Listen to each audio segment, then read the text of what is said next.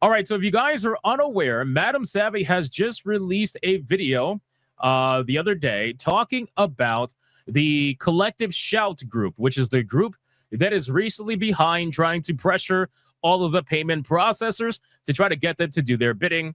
Or some people believe that they are basically the fall guys, or the fall women in this case, for the payment processors, looking for someone to, take the blame for them because they really are the ones that want to do all this stuff. Well, apparently, Madam Savvy has done a crazy deep dive on Collective Shout. I haven't seen this video yet. I want to see this video. So let's react to it together. And I'm also going to link the video in the description box below and in the chat during the live stream after the video is done. So let's check this out. Here we go. Madam Savvy, it says, exposing Collective Shout, the group behind Steam censorship, and more. Here we go. You can't fight a war without first understanding your enemy. And in this video, I will be laying Collective Shout bare for all to see, showing you all their words, their beliefs, and their history. In the last 48 hours, I have been labeled a man by them for daring to speak out. Since then, they have done nothing but continue to use harsh language to try to make a point. They deem everyone questioning them porn addicts, pedophiles, or worse, all while presenting all anime as childlike to gear up for their next major crusade. They never once engage with a single woman who speaks out against them and seem to prefer to silence them. We start this with their website, a brief overview. They claim to be against the sexualization and exploitation of women and girls, but their focus lies in controlling businesses, walking a fine line between attacking women directly while shaming businesses for selling products that women refuse to stop buying. They've taken glory in targeting Grand Theft Auto back in 2015. They targeted Detroit Become Human, Sword Art Online, and other games and anime. But they did a lot more than just that. Halloween costume is a bit too sexy. They want it gone. Wine bar getting a little saucy with an ad? Banned. Bookstore selling raunchy works of fiction, mostly by women for women? Bad. That's what I don't understand. I have never understood the hypocrisy or the lack of acknowledging over the fact that the majority of the stuff that they want banned is actually heavily consumed by women. It's like what are we really doing here? Sure, every now and then you'll get a Grand Theft Auto, messed with or whatever. But these women have issues with, skimpy clothing, lingerie, like pretty much. It doesn't make any sense. It makes zero sense, man. And then when confronted by it, by women like Savvy or even women like Lumi, they don't even want to hear it. They block them. They pretend like they don't exist. Suddenly it's not all voices, right? Suddenly it's not let's all pay attention to all women's voices. It's not about that. If the women's saying something that's really bad against their overall, narrative or ideology, then suddenly it's like, oh, let's pretend like they're men. Which is what they did with Savvy, apparently. They think she's a man, at least at first anyway. I don't know about now. But let's continue. Playboy raising money for breast cancer charities? Hella banned. Bakery using a cheeky slogan that is fun? Oh, this is hell on earth for these people. Lip gloss companies associating with the sensual themes? The devil might as well be gazing right at you. They even present a full-grown woman as a tween or girl instead of the woman that she is in order to shame a clothing company for such imagery. They have a treasure trove of misrepresentations and claims of sending angry emails, but I can't find a single mention of actually helping rape or abuse victims. Who is Melinda Tankard Reist, the founder of Collective Shout? A woman with a journalism degree who somehow ended up... the more that I read about this woman, the more that I actually look through all the tweets that Savvy has been finding. And by the way, shout out to Jay Viber, because he also has a banger post that maybe I could go over after this video, that the history of this company and what they've been doing, or not even company, but whatever, group, the history of this group is crazy. How much they've been doing over the last, years. Like, we're talking many years at this point. As a bioethics advisor. They've been around since even before the first Gamergate. For a senator, Melinda is actually hated among feminists because she seems to not understand the word. A misandrist in her presentation and actions, she is both deeply pro-life and pro-woman by claim, however has no issue banning things women actually want and do. Born in 1963, she's a 61-year-old and is dedicating her golden years to fighting fiction instead of spending time with her family. Not even a year after getting hired for some position she isn't qualified for, the senator she worked for was able to pull abortion pills from Australia in developing nations that Australia had its claws in, denying women safe abortion options even in the face of rape or incest. The rest of the world, by comparison, was using these pills. This is when actual feminists started to notice her, and she has been a thorn in women's side ever since. In 2012, Melinda threatened to sue. That's crazy that actual real hardcore feminists apparently can't stand this woman. So what does that tell you about this person? A blogger, Jennifer Wilson, for daring to speak against her in a very Oh, for sure. They've been funding these women for ages, man. They fund these, like, these women are funded in ways that we probably would never even understand. They never even have to think about where a single dollar will come from because their activism is being funded by someone somewhere, which is just wild. Tame blog post, Jennifer calls out Collective Shout for essentially slut shaming by proxy and denying women agency to choose. This notion is not frozen. Savvy just has black screens and her voice. Her voice is enough to carry the video. Important for later. And Jennifer questions the group and how they operate. How Collective Shout shames women and girls. It's with some amusement that I note Melinda Tankard Reist's Collective Shout claims that they are not slut-shaming women and girls who want, buy, and wear clothing that the organization considers sexualizes them. How amazing is it that there is an article or something basically saying that the woman group who says they're all for women and protecting women is apparently shaming women and girls? I just find it really ironic. They are not, they claim, targeting women and girls who wear the clothes. Rather, they are attacking the retailers who sell them. I suppose they are slutty retail shamers. If they attack retailers who sell the clothes of which they so strongly disapprove, they cannot help but slut shame the women who freely choose to buy and wear them. They are telling women and girls that the clothes sexualize them, that is, makes them look like tramps and sluts available for male use and abuse. You can't have these clothes, Collective Shout says, because they make you look available. And if you won't stop buying them, we'll stop them from being sold. Believe it or not, no retailer on earth stocks products nobody wants to buy and hopes to prosper. Clearly, somebody wants the clothing Collective Shout loves to hate. Not everybody shares their aesthetic. Maybe it's a class thing. I noticed they aren't going after David Jones and Pumpkin Patch, who service the middle class and peddle a different aesthetic from Target. What's certain is that if someone is trying to prevent stores from stocking the clothes you want because they think it's immoral, you are being judged and shamed for your choices by Not people surprising. who believe they know better than you and how you should look.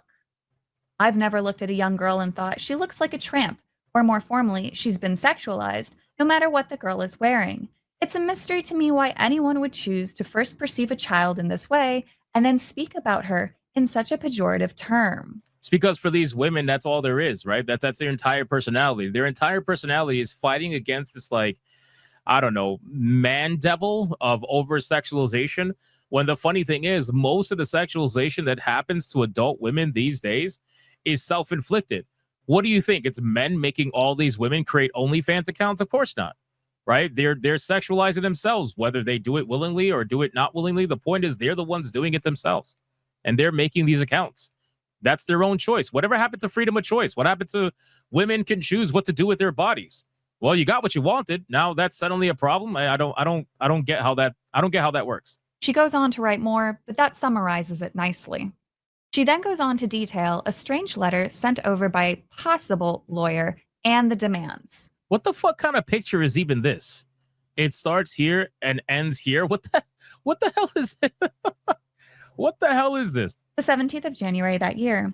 Some thoughts on being threatened with defamation by MTR. Well, here's the thing. I've been challenging MTR for a couple of years on the drum at On the Line Opinion and on my blog. Not once has she debated, denied, argued, or contested the points that I've made about her and the position from which she speaks. TR has a much bigger public platform than I do and far more opportunity to respond to her critics. But rather than engage in any debate at all with me over the last couple of years, she's now chosen to threaten me with a defamation suit.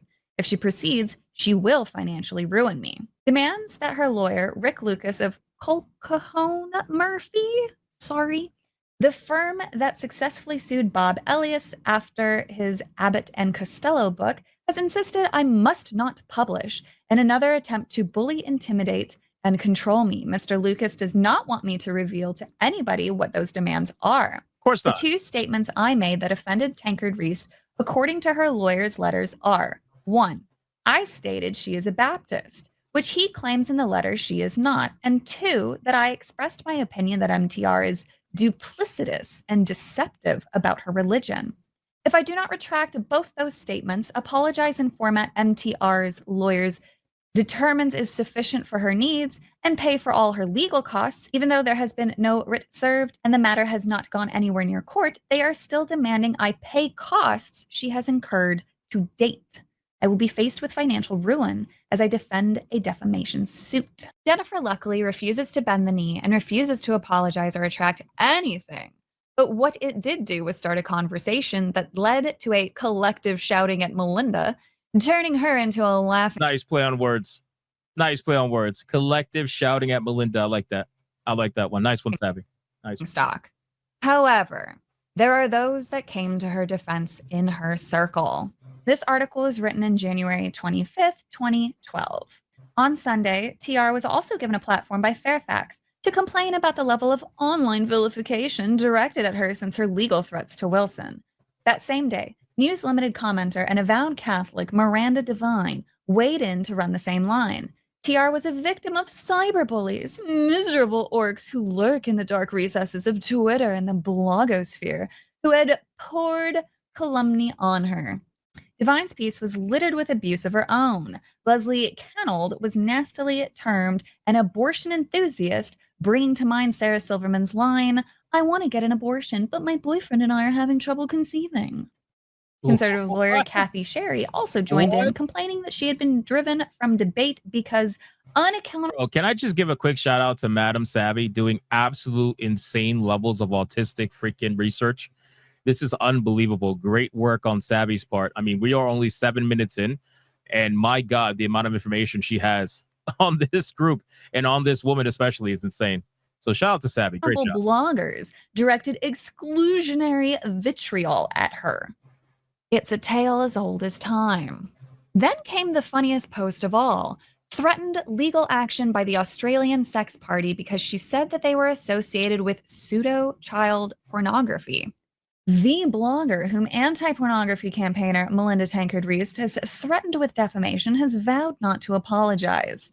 And the Australian sex party, a long-term opponent of Miss Tankard Reist, has now made its own defamation threats. Miss Tankard Reist's lawyers served Jennifer Wilson, whose blog at the website No Place for Sheep was a letter demanding that Dr. Wilson retract a post that characterized Miss Tankard Reist as being hypocritical for not disclosing her religious beliefs. Dr. Wilson said the approach was heavy-handed and bullying.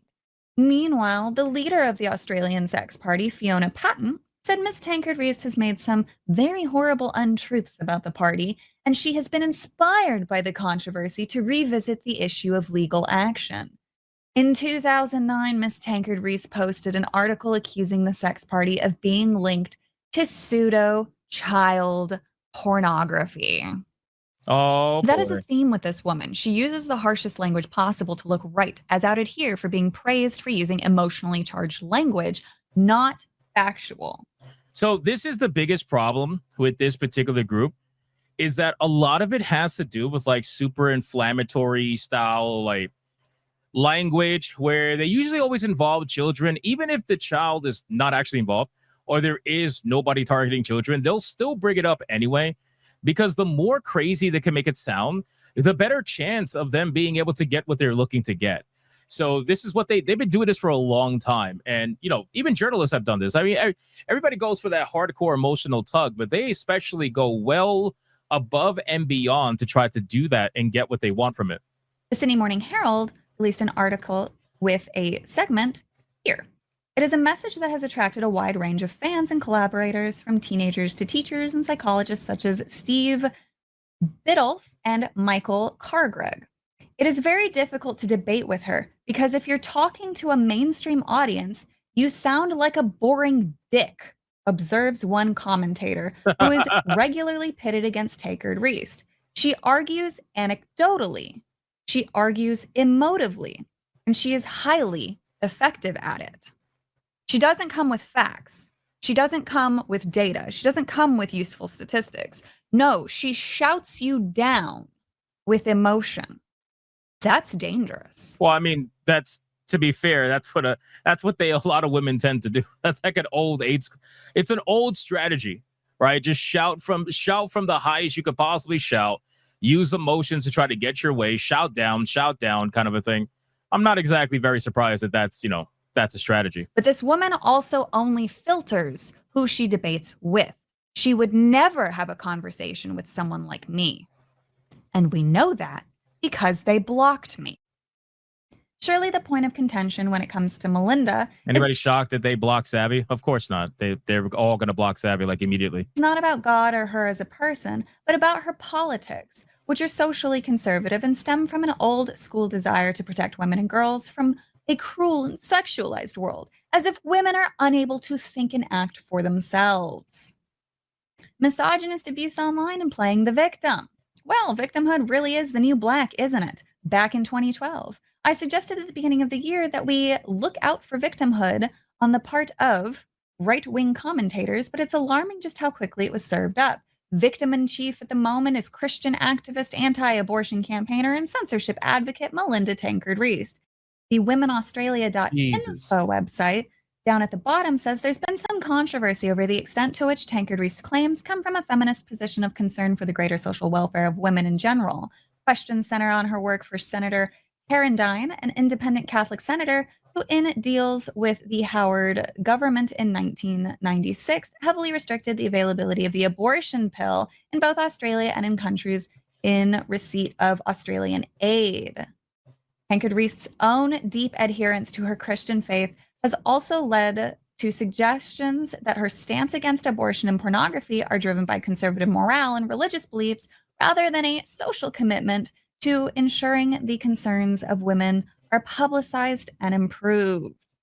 So it seems as if like it really doesn't matter which side of the aisle you sleep on, because this kind of behavior is coming from both sides, where like advocating for censorship, left, right, it really doesn't matter. It's literally coming from all sides sometimes, and you just have to be careful and pay attention to who, like what they're saying, what they're really saying half the time. These groups are all in it for themselves, and they're trying to get the same goal, which is censoring things they don't like and shutting things down that they don't like hearing. That's basically She isn't the only psycho who can give us insights into this little gaggle of graying geeses. Let's take a look at Caitlin Roper, the campaign manager. She's another journalist trying to sell books. I mean, censor anime. I mean, raise taxes.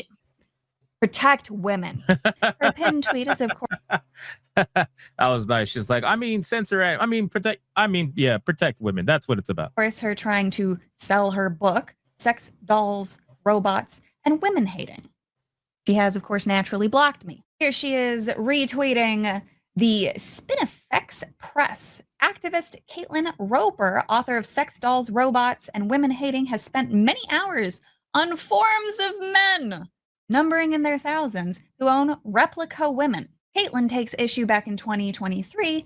How has the skimpies industry survived #MeToo? Apparently, Me Too wasn't about servicing rape victims and giving them a platform to tell their story. No, it was actually about shutting down bars and sex clubs. Interesting. What? Since when is that the thing? Wait, when did Me Too become about that? What? I don't remember that. She also takes issue back in 2021. Want to call out sexual harassment? Start with your own. Chance Change-led shopping centers posting sexist and pornified images of essentially naked women. Unwanted exposure to sexual and pornographic imagery is sexual harassment. This just in, treating women as sex objects doesn't suddenly become feminist act just because the photographer is a woman. So she takes issue with a woman's ability to choose. If I, a female photographer, go to my female friend who's interested in posing a bit risque, that's apparently not good. She argues with Michael here. Michael says, why are these people trying to be the moral police on everybody else's dealings? I don't understand. Like what is with these kind of groups that want to look at others and say that's bad, you shouldn't act like that, and I'm going to try to legally take away your right to do that.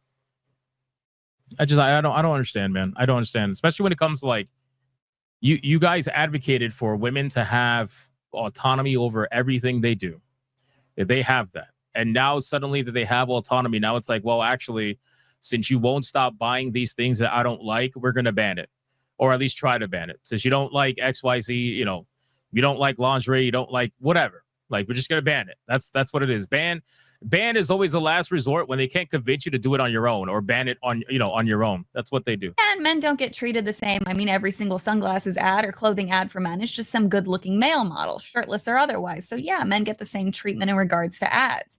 Caitlyn, however, comes in very bravely. Nope, sure, men too are sexualized, but I'm yet to see shopping center ads featuring men posing submissively, near naked, smiling coyly, wearing a fuck me expression alongside fully clothed women.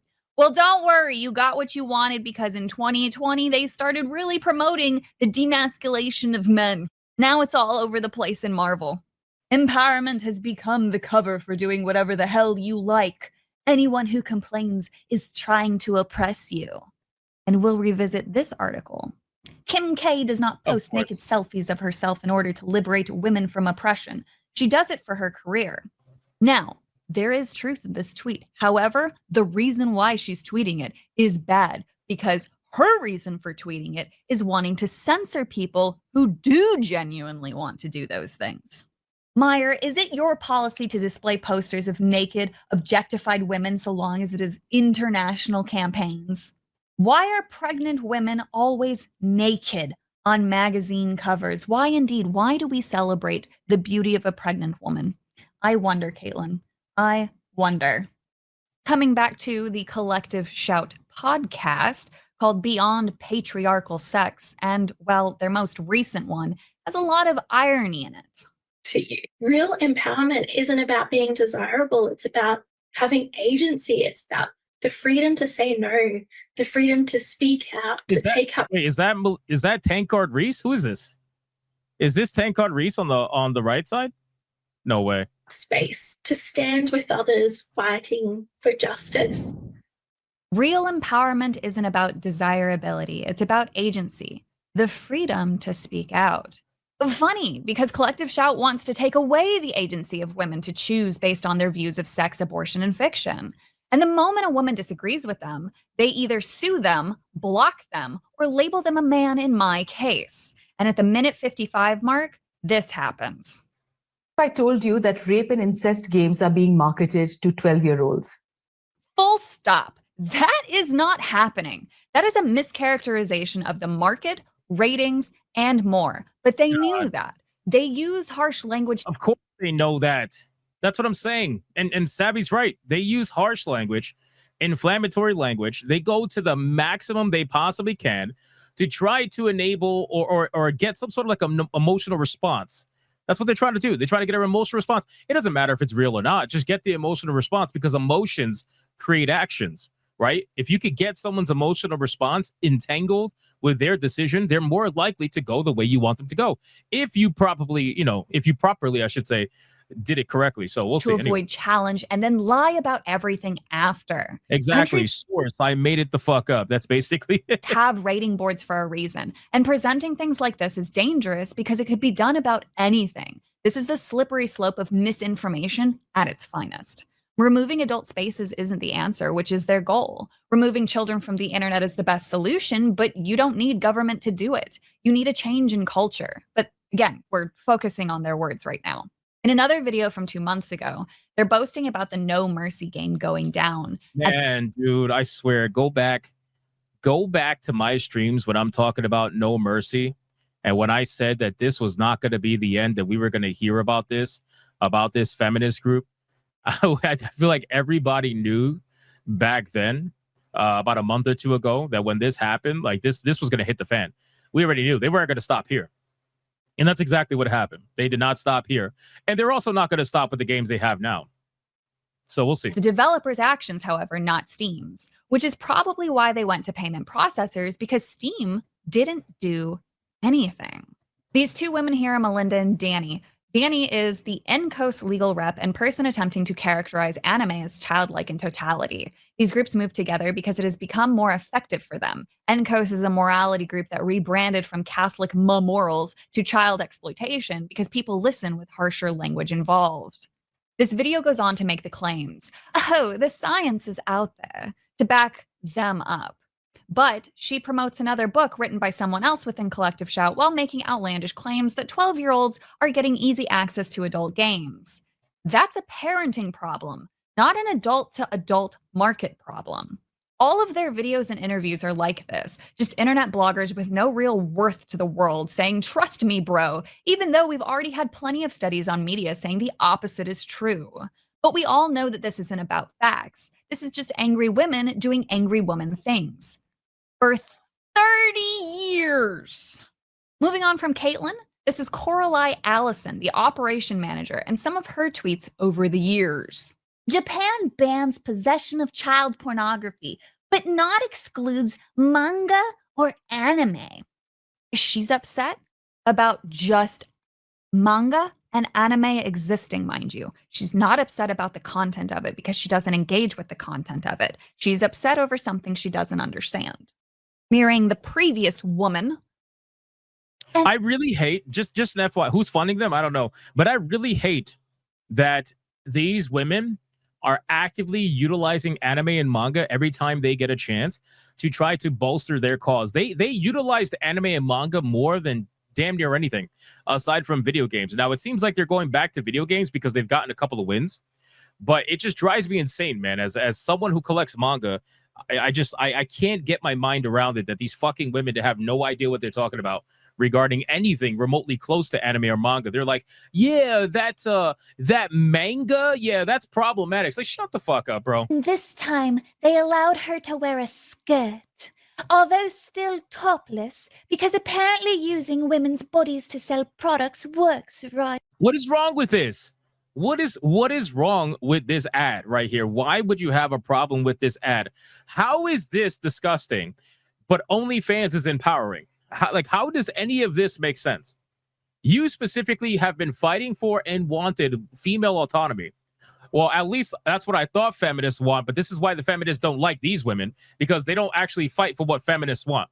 That's my understanding of it so far. So this is supposed to be disgusting, but again, OnlyFans is supposed to be empowering, and that's worse. Like I don't get it. I don't understand. Looks like they haven't read the research that shows ads with sexual objectification don't actually sell more products. Oops. Just a bit of sexploitation courtesy of Maya. Using a woman's naked body to sell perfume. Let's wrap her in a ribbon as if she's an actual object. Even Air France does it.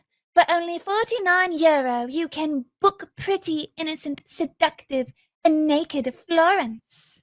I think It Depends could have gotten the message across without zooming in on a girl's half-naked body.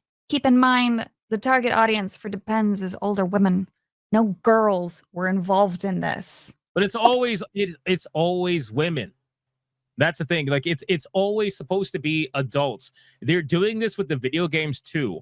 They're trying to sit there and tell you, oh, these adult games are targeting children. No, they're fucking not. No, they're not. And you are purposely misrepresenting it. You are lying about the entire thing. But you know that if you bring up the word child in whatever you're talking about, you already know that is going to elicit a certain immediate response, at least at the base level. And then after that, you could try to convince them afterwards. But there is no adult games that are targeting children. Zero. And if there is, Steam has already taken care of it many times before. This is more of a problem on a parental side of things, where unfortunately a lot of parents, like we talk about this all the time, parents are very lazy these days. It's kids raising kids. So you have kids that somehow, some way found out how to turn on the not safe for work stuff on Steam, which is not easy to do, by the way. They literally make it very difficult to do that. You have to turn off the not safe for work stuff. And then after you turn it off, then you can see access to the adult games. And then you have to be able to buy said games, which again, how are the kids able to buy games on Steam without their own form of money? Well, the parents are giving them the money. They're giving them money and they're not paying attention to what they may be buying. That's a parental problem, right? But they're taking the problems of the parents and trying to use it to put this blanket like form of censorship all across the entire fucking world. if not the country, but mainly the world, because Australia's already fucked. So they're trying to expand their reach outside of that. But anyway. Objectified near naked female bodies with bags for heads.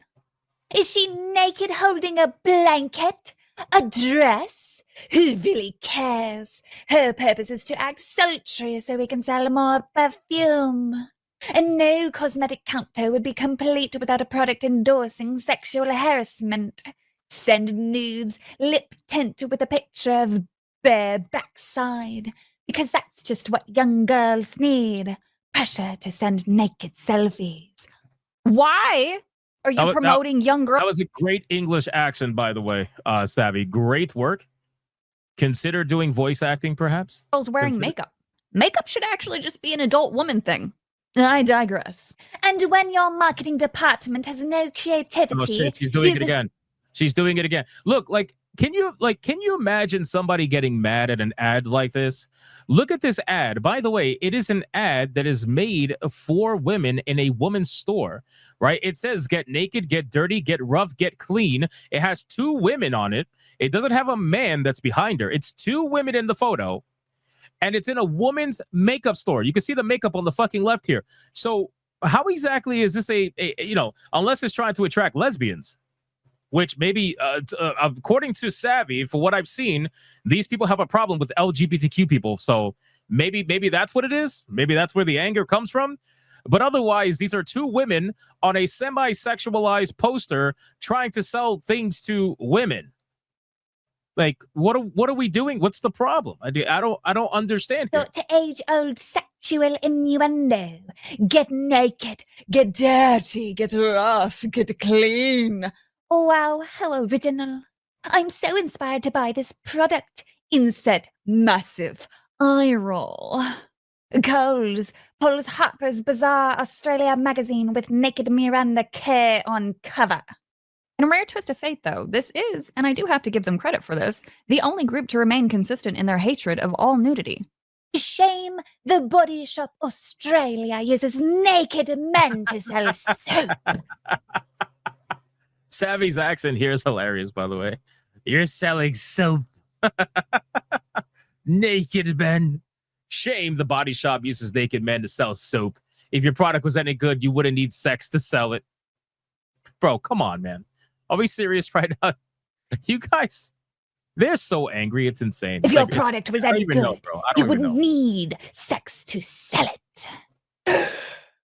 I need to hear an audiobook right now in Savvy's European or whatever accent. I need to hear Harry Potter, but with Savvy's accent going on here. That would be great. I asked the staff at Meijer where a picture of naked women with perfume in a crotch was displayed.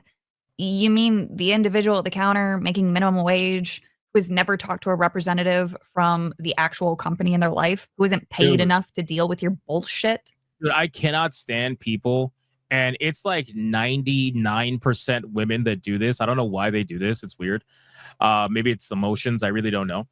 But I cannot stand when women, Karens, they go to a store and they want to just go full Super Saiyan on the fucking cash lady, like the cash register lady or whoever's at the fucking register. They go full fucking Super Saiyan on the woman as if their entire life's problems are because of the person in front of them. And I'm like, dude, I understand if you've been slighted, by an item or a company, you have grievances, whatever. But at least ask to speak to a manager, which I know you Karens do a lot, but you only do it after you decimate the girl that's at the cash register or whoever's there. It's like, bro, and then they always hold up the fucking line too when they do that. It's like, what are you doing? Why are you speak to someone who can actually do something? Stop fucking berating the person who gets paid what is it, $15 an hour now to do that? Like, relax a little bit. What the like how there's no follow-up. Also, none of them have any engagement on any of their tweets, and yet somehow they get companies to listen to them. I think that's crazy. How is that possible? Let's celebrate. It makes you wonder. Look at this. How is it that these women are getting listened to, and this fucking woman has 2 likes on her tweets, no likes on this tweet, 3 likes on this tweet? How is anybody listening to these women? How do you have any of this power to make things happen? Women by stripping them naked and we make all them. know the answer. I'm just saying, rhetorically. Sit on the floor. Women's cycling team made to look half naked. Stop objectifying and sexualizing women. Council officials voted to remove all billboards and posters that could be seen to contribute to body image issues. My God, she just keeps going year after year. So hateful. But this is my personal favorite. At Coralie. I understand why the stalking ads are misogynistic, but what's wrong with showing skin in a non-sexualized way? It's the cumulative total of using naked And or sexualized women's bodies in marketing that is harmful. interesting. They want the Sharia law of advertisement and fiction to be the deciders of what is and isn't okay. Why do they think that they deserve so much power? Why doesn't the Muslim man or the Chinese dictator get to decide? Why should they be elected the moral arbiter? My most holy of late Nan, a pious woman through and through, would tell them that they are being whores for showing any skin. So True. why are they being listened to over the wisdom of my Nan? But that last tweet, that's exactly what this is all about. It's the total use of naked bodies in marketing that is harmful. They are against all nudity, which means all movies and games and content with anything spicy they want sanitized. The Witcher, GTA, Mass Effect, all these games with a bit of fan service. Bro, Mass Effect did. Oh my God, man. Are we really complaining about Mass Effect? Are we complaining that Mass Effect is too revealing now? Is that what we're doing here? I mean, are we fucking serious right now? Oh my God, man. Mass Effect of all things? Mass Effect was such a basic, like, a lot of the comments that were shown in Mass Effect wasn't even anything that crazy, man. It was nothing really. I don't understand what would be the problem. God forbid they play Death Stranding, although they might like to see Norman Reedus' ass, but God forbid they play that. All anime, all of TV. However, there's not a peep trying to get payment processors to sever ties with Hollywood. Of Where course. actual rape Because that is where they probably get a lot of their support, right? They're okay with you doing dirty stuff as long as you support them in any way, shape. Like, you need to give them, probably you need to give them unyielding loyalty, most likely. and pedophilia run rampant behind the cameras. These are the people that they support, follow, retweet, reference. The first one is the funniest one, retweeting something that sounded good to them, but it comes from someone who may actually have a disdain for women. And they don't retract the tweet.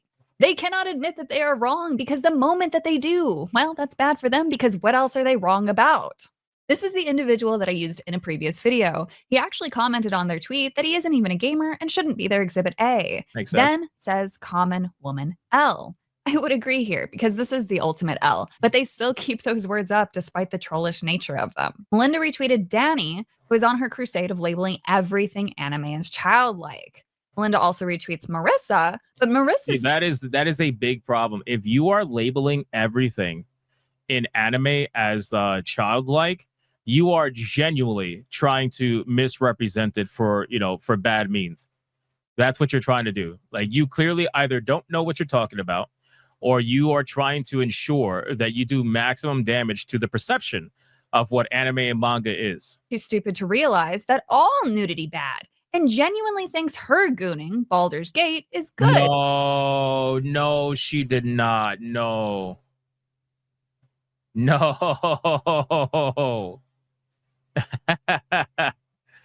Oh, man. Damn. Which in reality, Collective Shout wants this gone too, because remember, all nudity bad, all porn degrading, all fiction must be sanitized. Jolie, a supporter of Coralie, says the quiet part out loud. Jolie says, yep, can't wait for the marketing to get clever and create ads that don't involve sexualized sexism to sell. That being said, the best way to stop this is to not buy their stuff. And yet, females do. Not women in this case. And yes, I will look into the words chosen and the disdain that this person has for the fact that women dare to have agency. Which brings me to the next article reposted by Caitlin Roper talking about how empowerment has become a cover for doing whatever the hell you like. And anyone complaining is oppressive. While there is some crossover from arguments over the years that would normally have me mildly agreeing with them that empowerment from the overall female movement was just manipulation, it is the reasoning that they use it and the reasoning behind collective shout that I will shoot them down. They use this as a means to shame women and control. They can't just call a woman a slut anymore. So They're not just trying to control men. They're trying to control women that don't think like them. They want to put you in essentially a boot camp of ideology to try to convert you to the way that they think. And if they can't, well, then you're problematic and they're going to do what they can to make sure you stay quiet. That's what these women tend to do. they know that that won't work. But what they are doing is going to the store and giving them bad press in hopes that they ban the item that the women won't stop buying. Before I get canceled, I learned a new word today, and so will you. From shopping to naked selfies, how empowerment lost its meaning. It's quite an exciting time to be a woman, I can tell you. Feminism might not have quite finished its work yet. There are still niggly little things such as unequal pay and female genitalia mutilation, and unbelievably, abortion remains an actual issue in the US elections in 2016. But never has it been easier for a woman to feel empowered. So apparently, genital mutilation is just something to be mildly uncomfortable with. The article, however, goes on.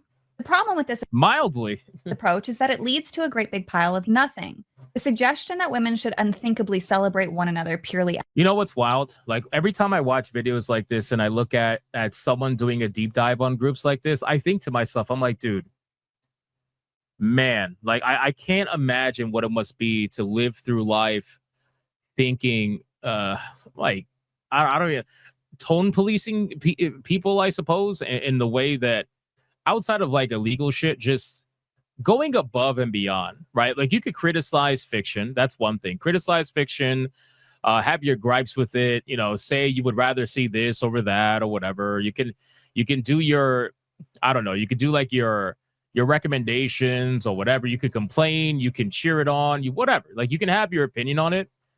But to just flat out say you shouldn't have that because I don't like that, I mean, I don't know. It's just kind of crazy. That's why I've always said, man, you can make your woke games. Make your woke games.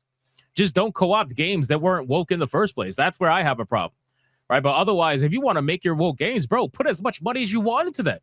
Make your woke games, bro. I don't give a fuck. Make something new. Go for it. The modern audience hopefully will buy it. It's like I'm not trying to ban woke games. I'm just trying to stop you from fucking putting that shit into games that never had it in the first place. That's basically it.